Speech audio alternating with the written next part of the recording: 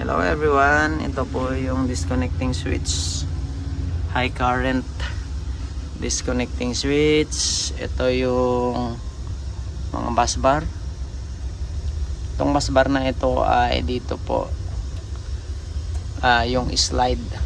The other half of the switch is on the top, so dito po mag-i-slide yung galing sa taas para magkaroon ng contact. So dito i-terminate yung ating load side. Ito yung ating line side. Ito yung mechanical interlock between the door and the handle. So hindi natin siya maiangat hanggat hindi sinasarado yung pinto.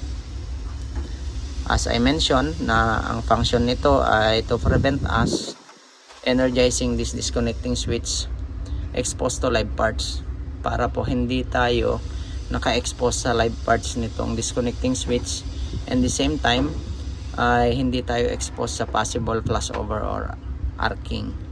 So hope you enjoy our simple explanation about this disconnecting switch. Follow and share. Thank you so much.